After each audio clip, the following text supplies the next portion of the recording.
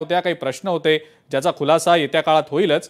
मात्र अशा ऑडिशनच्या नावाखाली अशा प्रकारे मुलांना बोलवून त्यांना डांबून ठेवणं अत्यंत धक्कादायक आणि गंभीर प्रकार आहे। आपली पहिली प्रतिक्रिया या संदर्भातली।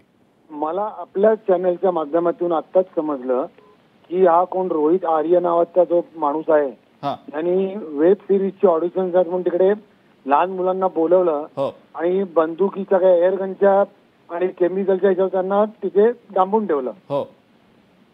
मग मला एक गोष्ट समजत नाहीये, मला या पालकांना विचारायचं वाटतंय का मी आतापर्यंत सतत बघत आलेलो आहे या माणसाला तर सजा ही झालीच पाहिजे, याच्यावर आमची मुंबई पोलीस कडक कारवाई 100% करतील, योग्य ती कारवाई करतील। पण असे किती रोहित आर्य मुंबईमध्ये फिरतायत याची तुम्हाला कल्पना देखील नाही की जे फक्त लहान मुलं नाहीत तर महिलांवर देखील अत्याचार होत आहेत। आता मी तुम्हाला याच्या पुढे जाऊन सांगतो, लहान मुलं नाही, महिला नाही, पुरुषांवर देखील मॉडेल्सवर देखील अत्याचार होत आहेत। हे कधी आपण थांबवणार आहोत आणि यांच्या घरचे कधी सुधारणार की आपण आपल्या मुलांना कुठे पाठवतोय, का पाठवतोय, कोणाकडे पाठवतोय याची तर त्यांनी ओळख करून घेतली पाहिजे।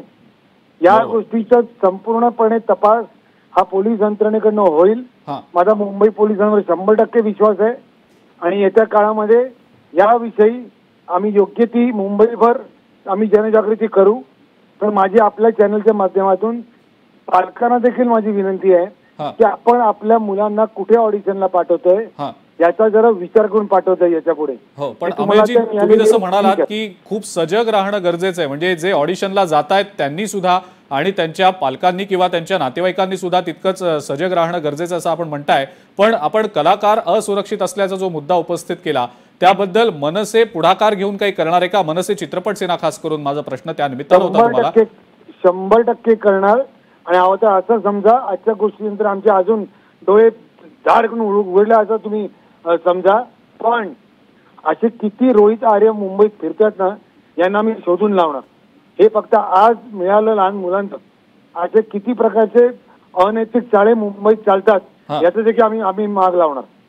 खरंय। आणि अमेयजी असे प्रकार म्हणजे हा प्रकार घडलेला जो होता तो तर अत्यंत गंभीरच आहे, म्हणजे असे प्रकार या पुढच्या काळात होऊ नयेत यासाठी सर्वांनीच जागरूक राहणं गरजेचं आहेच। काही बाबी तुम्ही देखील मगाशी बोलताना सांगितल्या, पण ज्या ऑडिशन ज्या लोकांकडनं आयोजित केल्या जातात त्यांच्यासाठी सुद्धा ही घटना डोळ्यात अंजन घालणारी आहे असं वाटतं का? आणि त्या दृष्टीनं नेमकं आता पुढच्या काळात काय केलं गेलं पाहिजे असं वाटतं ऑडिशनला जाणाऱ्यांनी सुद्धा आणि ऑडिशन आयोजित करणाऱ्यांनी सुद्धा? कसं होतं तुम्हाला सांगतो, कुठली तरी एक माणूस येतो बाहेरनं इथे हिरो बनायला, ज्याला काम मिळत नाही, मग तो उदरनिर्वाहासाठी काय करतो तर तो ऑडिशन घेतो, म्हणजे अशा ऑडिशन्सना बोलवतो आणि यांच्यावर कमिशन्स घेतो। मला असं वाटतं की याच्यावर प्रशासनाकडनं योग्य ते कारवाई झाली पाहिजे। युनियनचं कार्ड नाही, कारण 100 युनियन आहेत, कुठली युनियन त्यांना कार्ड देऊ शकते? सरकारी यंत्रणेचं त्यांच्याकडे कार्ड असायला पाहिजे की हा माणूस इकडे एवढे वर्ष राहतोय, याला या गोष्टीचा एवढा एक्सपिरियन्स आहे आणि हा एलिजिबल आहे ऑडिशनला बोलण्यासाठी आणि हा ऑथेंटिक आहे। हे सरकारने याच्यावर नियंत्रण आणलं पाहिजे, नाहीतर मुंबई पोलिसांनी आणलं पाहिजे।